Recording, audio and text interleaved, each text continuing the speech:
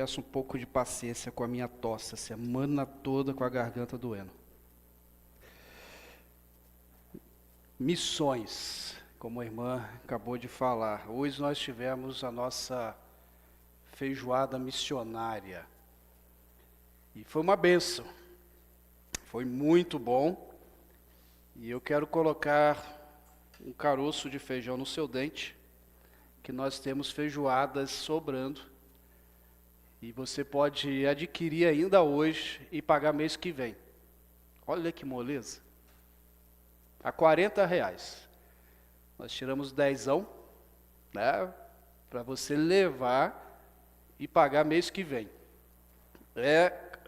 Todo o valor é para missões.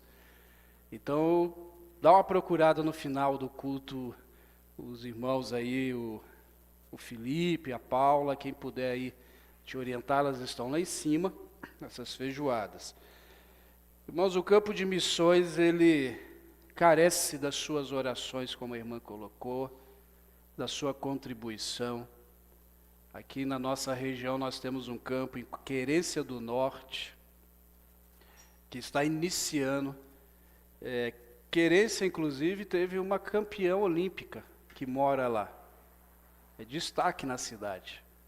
Então, esteja orando por isso. E temos também alguns desafios na nossa própria cidade de alcançarmos pessoas aqui. E é um desafio para você orar até pela nossa igreja. Eu sempre falo com os pastores que às vezes eu fico indignado por nós sermos uma igreja histórica. A Igreja Batista, só no Brasil, ela tem mais de 200 anos. No mundo, 600 anos. E é uma igreja histórica, fiel à palavra de Deus. E em Maringá nós só temos 9 igrejas batistas. A cidade que nós viemos do Rio, só em um bairro tem 4. Só em um bairro. São Paulo também tem um monte, né, de igrejas batistas. O Sudeste é diferenciado, né, para as igrejas batistas. Então, ore por isso, irmãos. Pastor, e as outras igrejas, o senhor não fala? Falo, também são bênção. Mas aqui a gente está falando de missões batistas. Hoje, inclusive, ore, hoje é dia do missionário batista. Então, ore por eles. Irmãos, eu quero convidar você a fechar seus olhos mais uma vez. Já leremos esse texto, já que a gente está falando de missões. Vamos orar pelo nosso mais um para Jesus. Aquela pessoa que você deseja ver aqui, salva, batizada, crendo no Senhor Jesus. Dia 17 nós temos batismo, já estamos orando para ter um sol de fritar ovo, para a gente ter ali um momento agradável na chácara, um momento agradável em comunhão também, e o culto ali na chácara. Então ore pelo seu mais um. Pai, em nome de Jesus, queremos levantar um clamor nesta noite por aquela pessoa, aquela família, que temos investido, temos orado, ó Deus, para que ela conheça Jesus Cristo. Ó Deus, não existe presente maior que uma pessoa possa receber de que ouvir da Tua palavra, crer no Senhor e ser salva, e um dia habitar com o Senhor na eternidade. Por isso visite cada um, ó Deus, que os Teus filhos e filhas têm orado, investido, e que em breve, ó Deus, em breve, possamos já ter outro batismo marcado. É assim que nós oramos em nome de Jesus. Amém e amém. Quero convidar você a abrir em 1 Pedro, capítulo 3, de 1 a 12.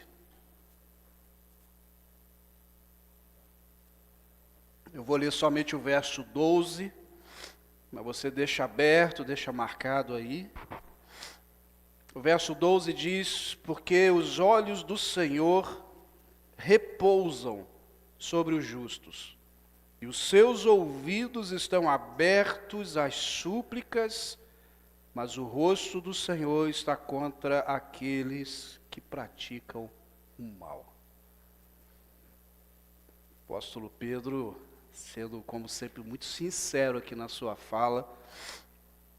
E como nós estamos vendo, essa itera a 7ª mensagem nessa série na carta, e Pedro está nos chamando a atenção a uma vida santa, a uma vida diferenciada, a importância de você e eu sabermos o nosso lugar nesse mundo, e fala sobre o nosso sacerdócio real, ou seja, você e eu temos acesso a Deus a qualquer momento e qualquer horário, e sem intermediários, porque nós podemos chegar até Deus e orar a Ele, na rua, no trânsito, em casa, na igreja, na escola, enfim.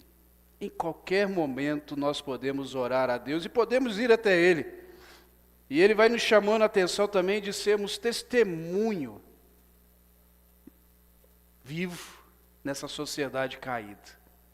Como vimos semana passada, não é fácil. Pedro nos deu alguns desafios muito pesados ali de sermos testemunho, que gera vida. Pedro nos convidou a sermos representantes do Senhor aonde nós estivermos, porque você carrega sobre você essa responsabilidade de ser representante de Deus, representante de Cristo, você é discípulo dele. Eu acho interessante que quando Jesus foi preso, e Pedro ficou de longe olhando, as pessoas reconheceram Pedro. O jeito de Pedro, o caminhar de Pedro, a fala de Pedro denunciou, e as pessoas falaram, você não é um dele? Você não andava com ele? E Pedro o negou. Você conhece a história. Mas o jeito de Pedro o denunciar, porque ele era um representante de Cristo. E na semana passada, por fim, Pedro vai dizer, olha, vocês são livres, mas não para fazer o que querem. Não para andar do jeito que vocês querem. Somos livres do pecado, somos livres das trevas, mas temos responsabilidades. E hoje Pedro nos chama a sermos sinais de Deus aonde nós estivermos. Olha que peso, ele trouxe peso para a nossa vida aí. E a Bíblia é desafiadora. E Ele quer que você e eu sejamos esses sinais de uma vida cristã, de uma vida que carrega o nome de Jesus, de uma vida com Cristo, aonde nós estivermos. Não sei se você já teve essa experiência de estar parado, de estar em algum lugar, e as pessoas olhar para você e perguntar, você é cristão? Ou, tradicionalmente, como fala, você é crente? Você exalar ao ponto das pessoas olharem e falarem, você é bem diferentão, né? E Pedro já vai dizendo que esses sinais, essa diferença começa dentro de casa. O nosso culto, já vimos aqui alguns domingos passados, ele começa dentro de casa. E esses sinais de uma vida com Cristo é dentro de casa que começa. E já alertando as irmãs, não fiquem chateadas com esses 7 versos que eu vou ler agora, que você vai entender. Eu vou explicar para você não sair daqui dizendo que o culto hoje foi machista. Mas olha o que diz o verso de 1 a 7. Na verdade, eu vou ler só o verso 1 e 2 e o 7. Mas o conteúdo de todos os 7 versos é igual. Igualmente vocês, esposas, estejam sujeitas, cada uma a seu próprio marido, para que se ele ainda não obedece à palavra, seja ganho pela palavra, seja ganho sem alguma palavra, por meio da conduta de sua esposa. Ao observar o comportamento honesto e cheio de temor que vocês têm. Verso 7. Maridos, vocês igualmente vivam a vida comum do lar, com discernimento, dando honra à esposa por ser a parte mais frágil e por ser coerdeira da graça da vida, da mesma graça da vida. Agindo assim, as orações de vocês não serão interrompidas. Eu não vou entrar em assunto de casamento aqui, ainda que o texto dá essa intenção, essa liberdade, mas não quero fazer isso aqui. Eu quero falar sobre a questão que Pedro vem trazendo, que primeiro é o momento cultural, e depois você entender para os nossos dias. Pedro gasta 6 versículos para falar sobre a conduta da mulher na casa. E somente um versículo para falar do homem. Parece que tem 2 pesos e 2 medidas aí, mas não é.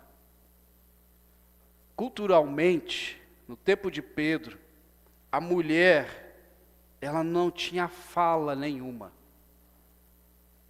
No tempo do apóstolo Pedro, a mulher não falava em público, na igreja muito menos.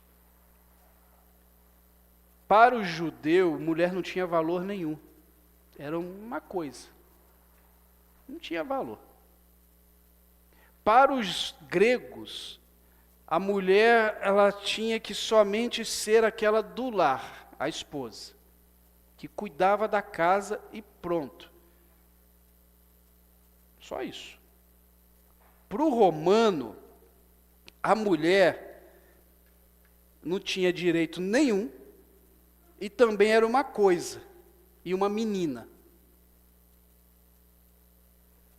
Vocês reclamam de hoje, hein? Para o romano, o que era ser uma menina? Não importa a idade, tá? Se ela tinha 15 ou se ela tinha 100. Enquanto ela estava debaixo do teto do pai, ela era propriedade do pai. Então, naquele momento ali, o pai podia fazer qualquer coisa com ela, até matar, e não seria julgado por isso. Não tinha valor. Quando casava-se, essa tutela do pai passava para o marido, e era do mesmo jeito. Não tinha nenhum valor. O pátrio poder somente mudava do pai para o marido. E ela também não tinha direito, não tinha atitude, não podia ter atitudes. Não tinha vida. Era a simples coisa dentro de casa. Você é casado com quem? Com aquela coisa que está lá dentro de casa. Era assim, não tinha valor. Isso era no tempo do apóstolo Pedro. Lembrando, Pedro está escrevendo para uma igreja, ou melhor, para várias igrejas, que estão na dispersação, ou seja, elas estão espalhadas, por causa da perseguição, principalmente depois da morte de Nero, a perseguição causada por Nero, perseguições religiosas também. E não era uma igreja de uma nação única, de uma etnia única, como o judeu. Lembra, Pedro foi chamado para falar para os judeus. Mas essa não é uma igreja formada de judeus convertidos, era uma igreja de judeus e pessoas que não eram hebreus, era uma mistura. Então tinha ali os judeus que olhavam a mulher como uma coisa, os gregos e os romanos que olhavam a mulher como só servia para ficar dentro de casa, não tinha valor nenhum. Então ele está escrevendo para esse público. E aí Pedro está dizendo o seguinte, olha, vocês mulheres, esposas que se converteram, vocês sabem como que é essa cultura. Então não é para você brigar, porque a mulher não podia pedir divórcio. O marido podia. E não importa o motivo.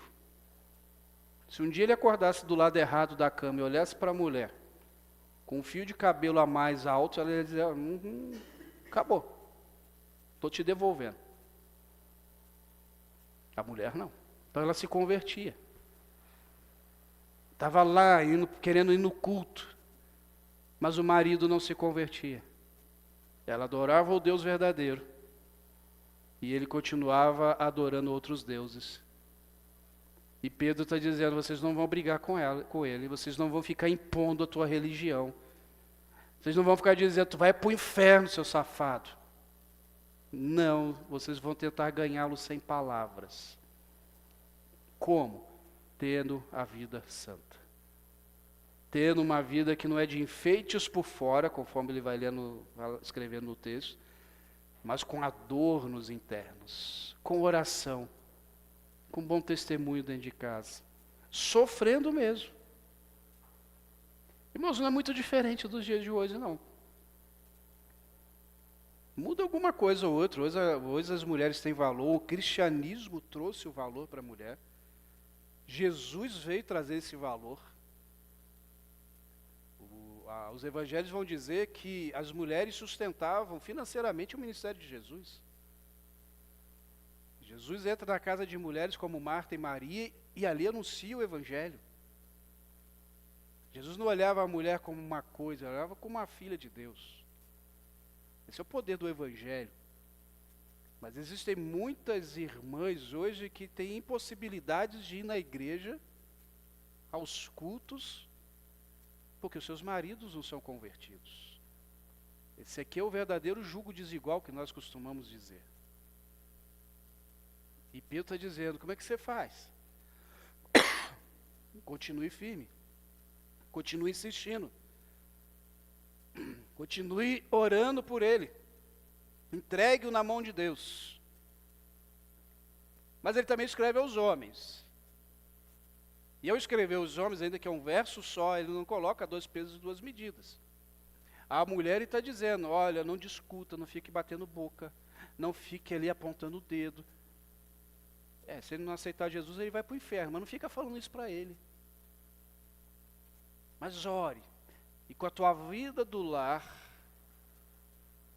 você ganhará o seu marido. Eu lembro de uma vez que a Paula e eu fomos fazer um aconselhamento conjugal, e eu olhei para aquela irmã, ela que nos procurou, e eu sempre digo que quem procura primeiro é que está mais maduro para procurar a solução. E eu disse para essa irmã, como é que é em casa, irmã? Ele quer que eu ponha o prato, aquelas coisas que você já conhece. E eu falei, irmã, faz o seguinte, põe o prato dele. Arrume o prato dele, sem reclamar e sem cuspir dentro. Bota lá o pratinho, pergunta se quer um suco. Ela olhou para mim. O olhar dela dizia tudo, não precisava nem abrir a boca o que ela queria fazer comigo. Ainda bem que a Paula estava junto, para apanhar junto comigo. Acabamos o aconselhamento, ela foi para casa, mas eu olhei que ela estava brava. Passou umas semanas, eu perguntei, aí, minha irmã, fez aquilo que a gente conversou? Fiz, pastor. Ixi. E aí? Ele está mudando. Por quê? É que eu parei de brigar com ele. Estou lá, coloco o prato. Estou orando mais pela vida dele. Falou, é melhor, irmã, do que ficar brigando? É melhor, não é? Então, irmãos, irmãs, homens, escutem isso. Vocês têm um poder terrível, irmãs. Ou melhor, um poder abençoado. E vocês são muito mais inteligentes. É isso que Pedro está dizendo. Por isso que ele gasta só um versículo com os homens, para ver se eles entendem. Porque se escrevesse muito, talvez não ia entender. Por isso que ele escreve um só, para ver se entende. E olha o que ele diz para nós homens. Maridos, vocês igualmente vivam a vida comum do lar, com discernimento, dando honra à esposa, por ser a parte mais frágil, e por ser coerdeira da mesma graça da vida. Agindo assim, as orações de vocês não serão interrompidas. Olha o perigo aí de você que trata mal a sua esposa. E eu posso ampliar aqui com toda tranquilidade que você que trata muitas vezes mal sua mãe também, seus pais, as orações podem ser interrompidas. Mas por que só um verso? Olha o que Pedro vai dizer, maridos igualmente vivam a vida do lar com discernimento. Lembra que eu falei que culturalmente, no tempo de Pedro,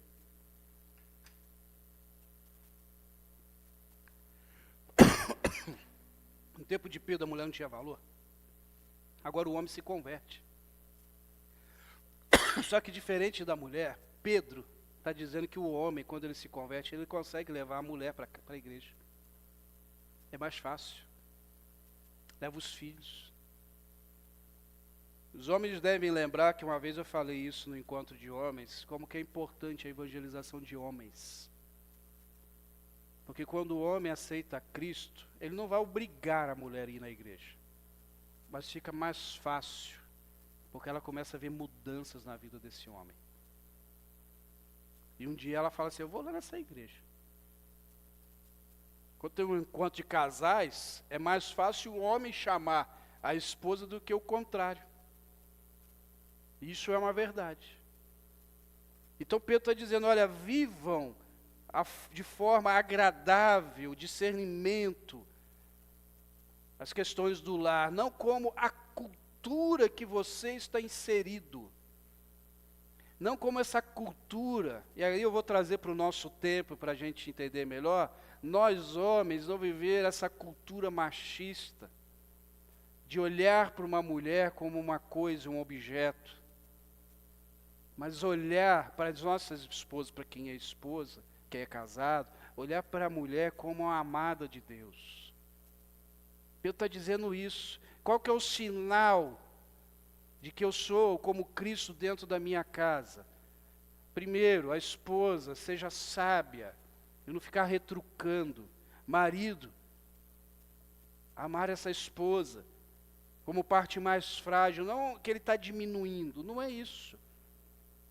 Mas não olhar como esse objeto que gregos, romanos e judeus estavam fazendo. E ele ainda vai dizer, olha, com honra, honre a sua esposa. Porque elas são dignas da mesma graça salvadora. Quando lê esse texto de forma desorientada, a primeira coisa que as feministas batem o olho é dizer, olha, está vendo como é que a Bíblia é machista? Só que é o contrário disso. O que Pedro está dizendo não tem nada a ver com machismo ou com feminismo. Ele está dizendo que dos sinais de uma vida cristã salva, que serve a Jesus Cristo. Viver a vida comum do lar, suprindo as necessidades. Pedro está dizendo que todo casamento que é baseado nas mesmas obrigações, nos deveres recíprocos, onde não tem dois pesos, duas medidas, onde todos são iguais, é um casamento, é uma família que tem tudo para dar certo e avançar. Quando Paulo vai dizer em Efésios que o marido é o cabeça do lar, não é que ele é o mandão, mas é a parte da razão junto com a emoção da esposa, e os dois se juntam. Irmãos, hoje os casamentos que estão aparecendo estão sendo fadados ao fracasso. Quando a gente começa a observar o jeito das pessoas, eu vou casar, mas se não der certo a gente separa. Ele vai viver a vida dele, eu vivo a minha, mas a gente fica ligado no mesmo teto. E, enfim, é cada coisa que a gente escuta. Aí vou fazer das palavras do Kleber hoje de manhã as minhas. Ainda bem que a gente tem ouvido para ouvir. Pelo menos a gente só escuta. Os sinais de uma vida com Cristo começam dentro do lar. A gente pode ampliar isso da nossa convivência com os filhos, com os pais, aonde há ali uma unidade. Dá para fazer aqui mais uma série em cima desse texto. Mas Pedro vai dizer também que além do lar, a gente precisa ter também os nossos sinais como servos de Cristo, como uma vida com Cristo, no contraste. E no contraste a gente manter essa unidade. E aqui é difícil demais. O verso 8 diz, finalmente tenham todos o mesmo modo de pensar, sejam compassivos, fraternalmente amigos, misericordiosos e humildes. O apóstolo Pedro, ele começa esse verso 8 falando finalmente, mas não é terminando um pensamento. É como se Pedro estivesse dizendo, olha, o que eu estou falando em resumo é o seguinte, para vocês viverem a unidade na igreja. Ele está escrevendo para a igreja. E aí ele dá uma lista de coisas, de benefícios, de pensamentos que a gente precisa ter como igreja. Ele completa esse pensamento, ele vai mostrando esses elos que estão aí no verso 8, que inclusive os elos desse pensamento, algumas palavrinhas em destaque aí do verso 8, elas são contrárias ao capítulo 2, verso 1, que nós já aprendemos. Quando Pedro vai dizer para a gente apartar, abandonar o pecado. Ele vai dizer lá no verso 1, abandone toda maldade, todo engano, toda hipocrisia, inveja, bem como todo tipo de maledicência. Aqui Pedro ele está dizendo que traz a falta de união na igreja. E no verso 8 do capítulo 3 ele está dizendo o que traz a união na igreja. Irmãos, apesar da gente ser diferente, e nós somos diferentes, nós temos pensamentos diferentes, torcemos para times diferentes, gostamos de cores diferentes. Esses dias eu estava ouvindo uma igreja reclamando de um pastor que ele não levou para a assembleia a cor da igreja. Será que é a cor que pintou? Meu Deus do céu, mas tudo bem. Mas não levou para a assembleia. E eu disse para a igreja, falando, na minha igreja também, eu não levo para a assembleia a cor da igreja, não. Ela, é igual? Eu falei, não, a gente conversa no conselho. E a gente vê ali a melhor cor possível, que se levar na assembleia vai ter 30 cores. Aí a gente for pintar uma de cada cor para agradar todo mundo, vai ficar uma graça. Eu quero verde, então a gente faz uma faixa verde aqui. Quero amarelo, então vamos fazer uma faixinha amarela aqui. Eu quero azul bebê, eu quero azul oceano, eu quero azul. Eu falei, meu Deus do céu, vai ficar uma...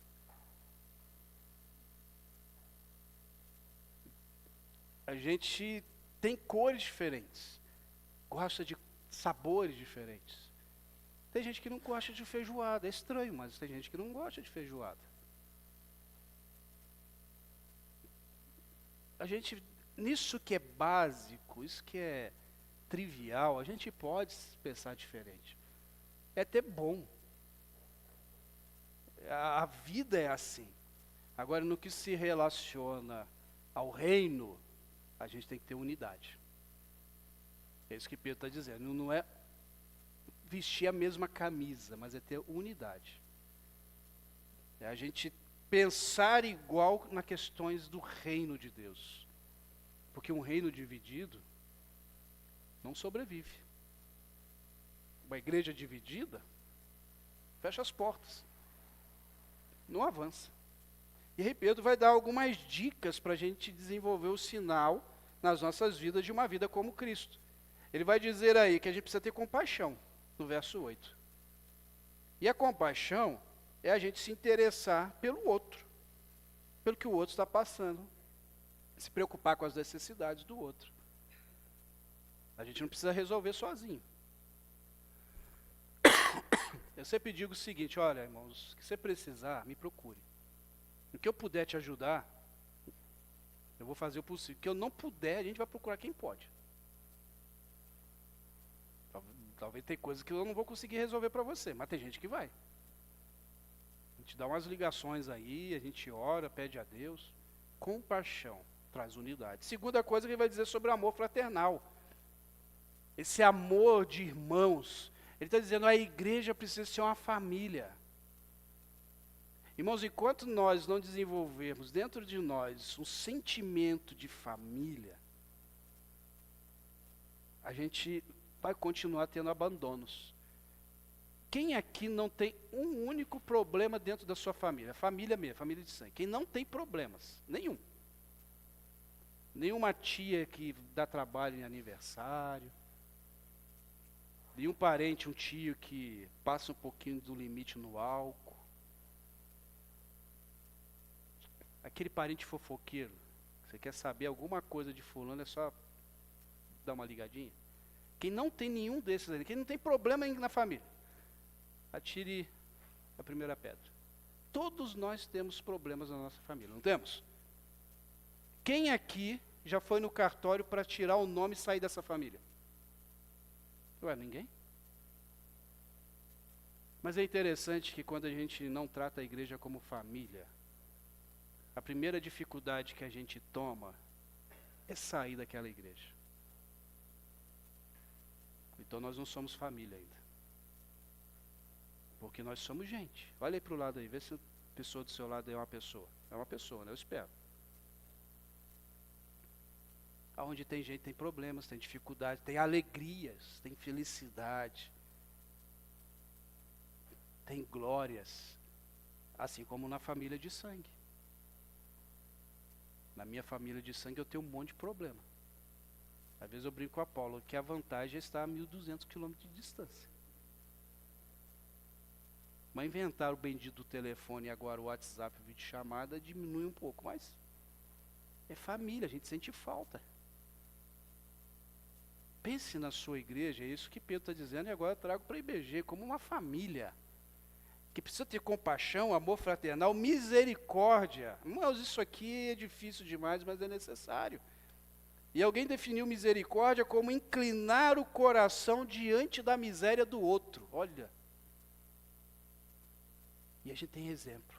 Jesus fez isso por você e por mim. Jesus se inclinou com a nossa miséria, a ponto de ir para a cruz. Tenha misericórdia. E o principal, e que não é fácil também, humildade. Pedro vai dizer aí no verso 8, precisamos ter humildade. E humildade que Pedro está dizendo aqui é, olha para o próximo como superior a você. Aí você vai dizer assim, pastor, eu sou humilde, isso aí é tranquilo, não é? Por que o senhor está dizendo que é difícil? Olha, para quem Pedro está escrevendo, é difícil. Porque ele está escrevendo para uma igreja que é onde tinha escravos convertidos, senhores de escravos convertidos, governadores, enfim, uma igreja misturada. E aí ele está dizendo assim, ô senhor de escravo, e aqui abre um parênteses, a Bíblia ela não favorece a escravatura, tá? Lembre-se que a gente está falando de uma cultura de época. Mas ele está falando, você que é senhor de um escravo que se converteu, você precisa tratá-lo bem, superior a você. E aí ele chega na igreja, e a igreja não era assim, a igreja era nas casas,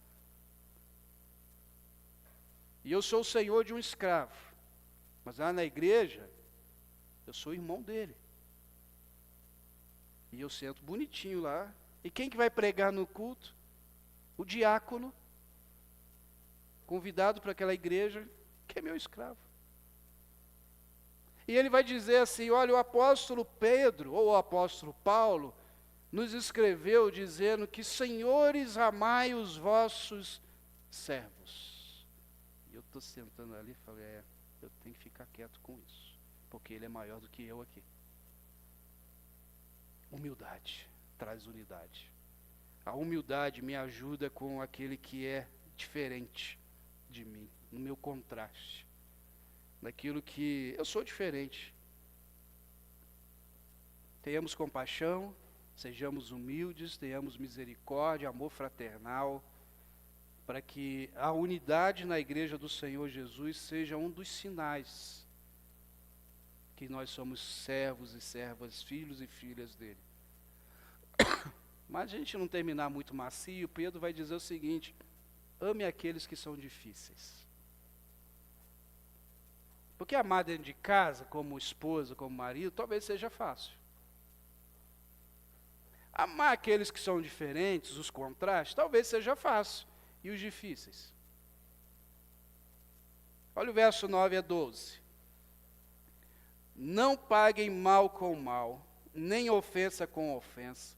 Pelo contrário, responda com palavras de bênção, pois para isto mesmo vocês foram chamados, a fim de receberem bênçãos por herança.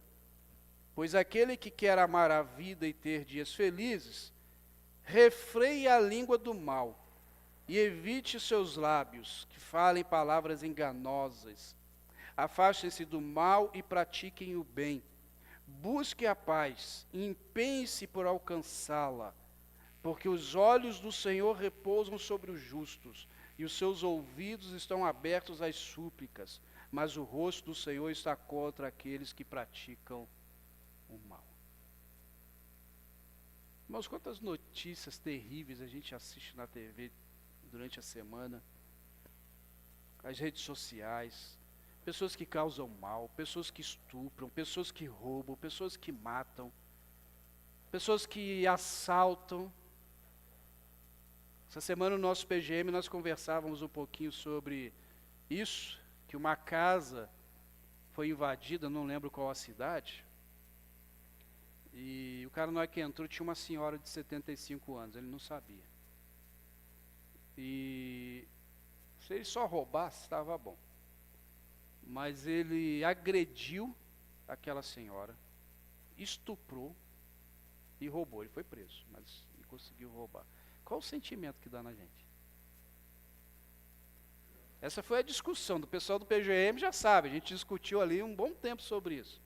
Da revolta. Igual eu brinquei lá, a gente dá vontade de fazer igual nos filmes, dá 5 minutos com esse cara. Com porrete. Aí Pedro vai dizendo para a gente, olha, eu vou ler o texto de novo, não pague o mal com o mal, nem ofensa com ofensa, pelo contrário, respondo com palavras de bênção. Aí a gente olha isso e diz assim, Pedro, para que você escreveu isso? Não dá para pular essa parte? Só que eu estou falando de algo que não foi comigo. É algo que eu vi na TV que revolta. Pedro está escrevendo para uma igreja que está vivendo isso. Que pelo simples motivo de se você pronunciar que é servo, serva de Jesus Cristo, já era uma sentença à morte, uma sentença de ser expulsa de casa, porque se o seu marido não concordasse, ele ia te expulsar de casa, como eu falei no início, você poderia perder o seu emprego, morrer, ter sua casa tomada e ir para a rua. Por isso que Pedro vai dar essa lista no verso 8 de como que a igreja tem que ficar unida. Ou seja, o teu irmão foi mandado embora, está no olho da rua, porque está servindo a Cristo e o imperador mandou tirar a casa dele, acolha. E outra, não vão pegar pau e espada aí para sair cortando a orelha de ninguém não, porque não sei se Pedro estava lembrando do que ele fez quando ele escreveu isso daqui, mas Pedro viveu na pele o que é realmente o amor de Jesus por quem causa mal. Porque Pedro, naquele momento em que Jesus foi preso, depois do beijo de Judas, ele errou. A sorte de Malcom, que Pedro não tinha boa mira, que só cortou a orelha dele. O que vocês acham que ele mirou na orelha? Ele queria cortar a cabeça do soldado. Só que cortou a orelha. E Jesus chama a atenção dele. Repõe a orelha do soldado. E diz, Pedro, se eu quisesse, eu mandava uma legião de anjos e resolvia tudo, mas eu não vim para isso. Não sei se na hora que ele está escrevendo, ele lembra disso. Lá de João, capítulo 18, verso 10. Mas ele sabia muito bem o que era isso. Deixar que esses sentimentos tomassem o coração. O apóstolo Paulo, do mesmo jeito. Ele, antes de se converter, lembra? Perseguiu a igreja. Mandou matar, pegou cartas para ir para Damasco, perseguir a igreja. Era um homem extremamente religioso, farisaico, rabino ali, um dos maiores rabinos do seu tempo. Mas depois que ele se converteu, toda essa fúria que ele tinha dentro dele, ele não usou para pregar o evangelho da mesma forma. A ponto de escrever a mesma coisa que Pedro escreveu. O capítulo 12, 17 a 21, não paguem a ninguém mal com o mal. Procurem fazer um bem diante de todos, e se possível, do que depender de vocês, vivam em paz com todas as pessoas. Um parênteses aqui no verso 18, porque eu já ouvi pessoas dizer, pastor, a Bíblia diz que depender de mim, tem algo que não depende, né, pastor? Sim, mas o que ele está dizendo, se não depende de você, você mantém a paz. É você que precisa manter essa paz. Já já você vai ver isso mais profundo aqui. Mas Paulo não está dando desculpa aqui, não, já que não depende de mim, sabe uma coisa, eu vou jogar o pano de prato logo. Não. Que depender de você, ou seja, depende de você manter essa paz. Verso 18. Verso 19. Meus amados, não façam justiça com as próprias mãos, mas deem lugar à ira de Deus, pois está escrito, a mim pertence a vingança. Eu é que retribuirei, diz o Senhor. Faça o contrário, se o seu inimigo tiver fome, dê-lhe de comer. Se tiver sede, dê-lhe de beber. Porque fazendo isso você amontoará brasas vivas sobre a cabeça dele. Não deixe vencer o mal com o mal, mas vença o mal com o bem. É a mesma coisa que Pedro escreveu no capítulo 3, que nós lemos. É difícil isso, irmãos, mas é mandamento. Não há dentro desses dois textos nenhuma liberdade para você e para mim, de ao momento que nós sofremos o mal, ir lá retribuir com o mal. Ele diz que a gente precisa deixar nas mãos de Deus. O verso 10 e 11 de 1 Pedro 3 diz que aquele que quer amar a vida e ter dias felizes refreia a língua e evita que os seus lábios falem palavras enganosas. Afaste-se do mal e pratiquem o bem. Busque a paz e empenhe-se em alcançá-la. Irmãos, o que Pedro está dizendo é, diante desse mal, a melhor coisa que você pode fazer é se afastar. Seja o mal de alguém querendo te causar, ou o pecado que está batendo na sua porta. Quando ele vai dizer isso aí, a questão de se afastar, é justamente isso. Não fica procurando confusão. Confusão é fácil de achar, irmãos.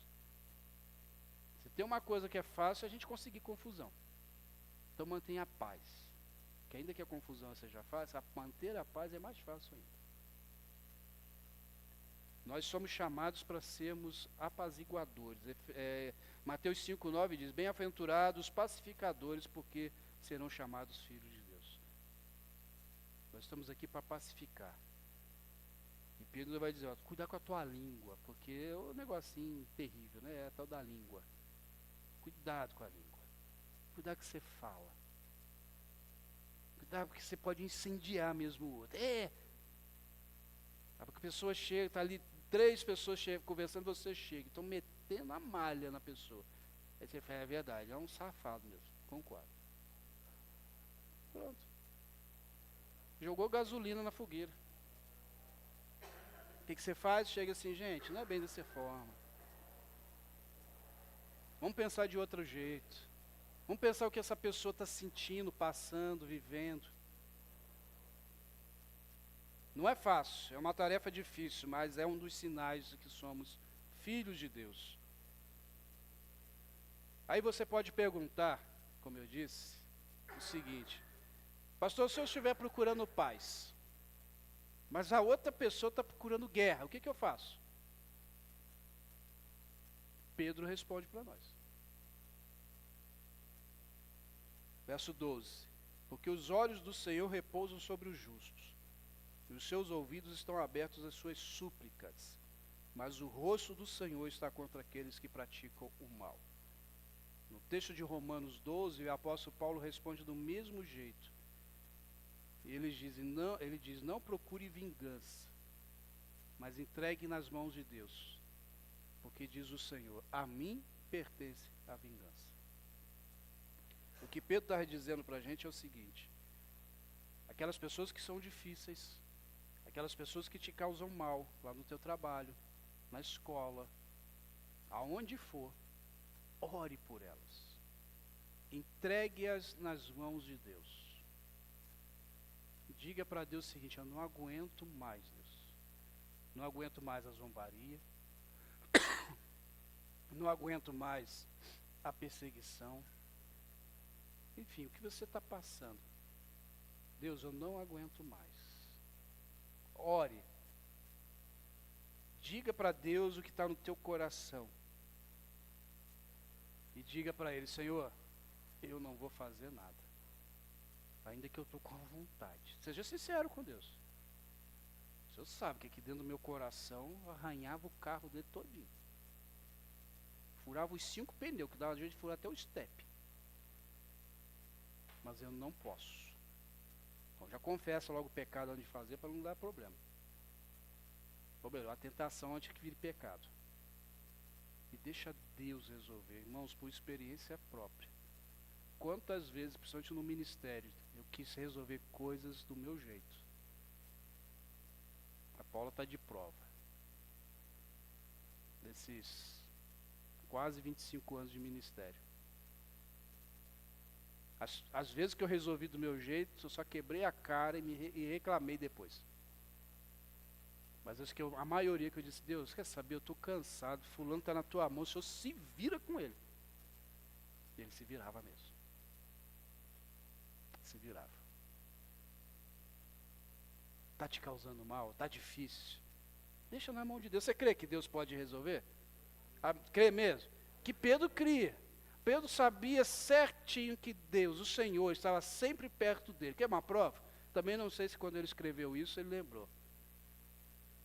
Mas no dia em que ele saiu daquele barco, que andou um pouquinho sobre as águas e afundou, e ele gritou, quem estava do lado dele? Jesus. Irmãos, não importa o que a gente está passando, a gente está vivendo, sejamos sinais de Deus. Sejamos sinais de Cristo. Porque Ele está do nosso lado. Ele está cuidando de nós. E queria terminar com a leitura de João, capítulo 3 também, verso 18 a 21. Quem nele crer não é condenado, mas o que não crê já está condenado, porque não crê no Filho unigênito de Deus. A condenação é esta: a luz veio ao mundo, mas os homens amaram mais as trevas do que a luz, porque as suas obras eram más. Pois todo aquele que pratica o mal detesta a luz e não se aproxima da luz, para que as suas obras não sejam reprovadas. Quem pratica a verdade se aproxima da luz, para que as suas obras sejam manifestas, porque são feitas em Deus. Irmãos, nós somos salvos em Cristo, fomos salvos das trevas e vivemos na luz. E a luz de Cristo que está em você precisa resplandecer naquelas vidas lá fora, que você precisa mostrar que a tua santidade, não porque você tem alguma coisa para apresentar, mas porque você tem aquele que te capacita a apresentar. Vamos orar nesse momento?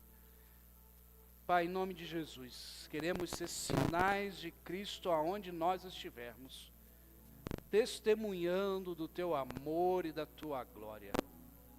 Eu sei, ó Pai querido, que existem irmãos que dentro dos seus lares há conflitos, há perseguições, mas, ó Pai querido, que o Senhor lhes fortaleça, para que mesmo sem uma palavra, ganhe aquela pessoa dentro do seu lar para o Senhor. E que em breve isso seja testemunho aqui. Ó Deus, que nós possamos viver a unidade, família, sermos uma família. Para que nas dificuldades possamos exercer essa unidade.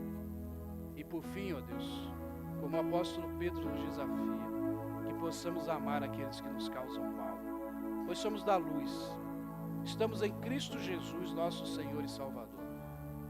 Então, ó Deus, que amanhã, ou ainda hoje mesmo, aonde estivermos, possamos ser sinais do Senhor. É assim que oro em nome de Jesus. Amém e amém.